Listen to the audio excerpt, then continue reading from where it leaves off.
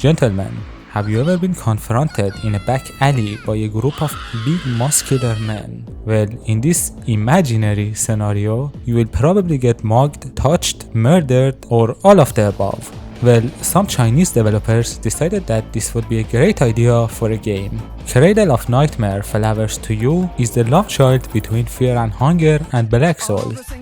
Created by developers whose names I cannot read. We play as Lei Xing, a high schooler who is living in a world that was destroyed by a war between two huge powers. With the war ending, there is some hope for the society to rebuild, although there is still some kind of cult operating. After separating from her girlfriend, the apocalypse happens and we have to find her lover, I guess.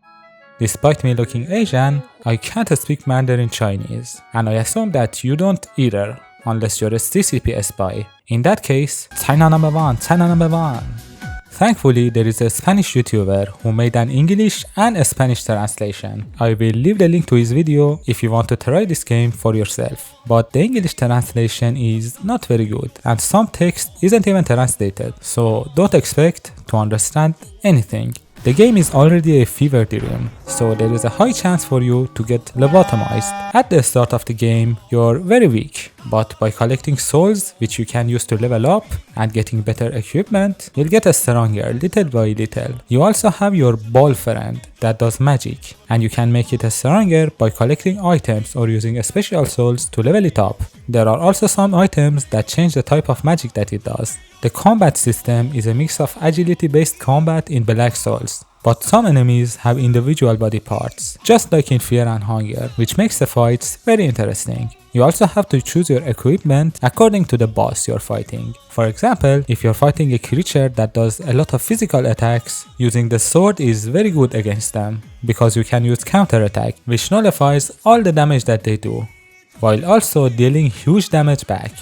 You know, I kind of feel bad for the monsters. Imagine you're a Lovecraftian looking creature and a lesbian high schooler who can parry all of your attacks starts slaying all of your friends to collect their souls that she uses to level up.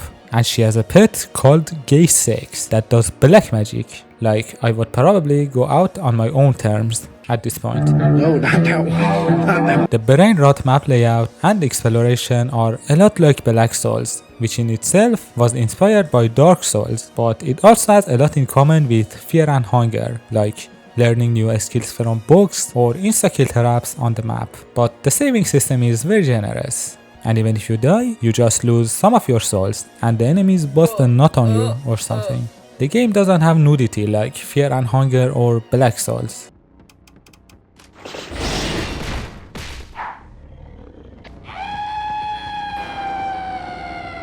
You are encouraged to explore to find the stuff that will help you or learn more about the lore, and with how huge the map is, you'll spend hours running around.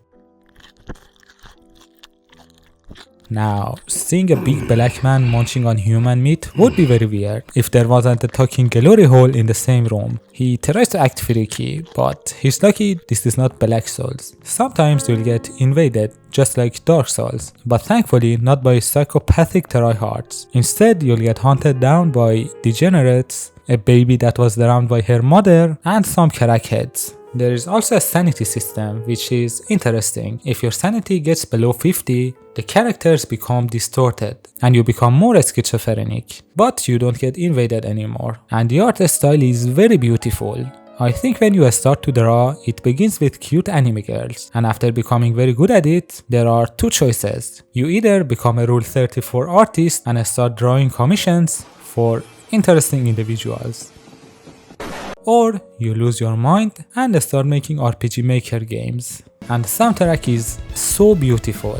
At this point, it's a fact that RPG Maker games don't disappoint when it comes to music, but the game does have a lot of flaws. The most obvious one is the translation, but there is also very noticeable input lag for most of the game, and it doesn't help when you have to juke enemies. One of the main problems is the game engine. As I said in my Black Souls video, the RPG Maker VX Ace engine is very user unfriendly and has a lot of bugs. An option menu?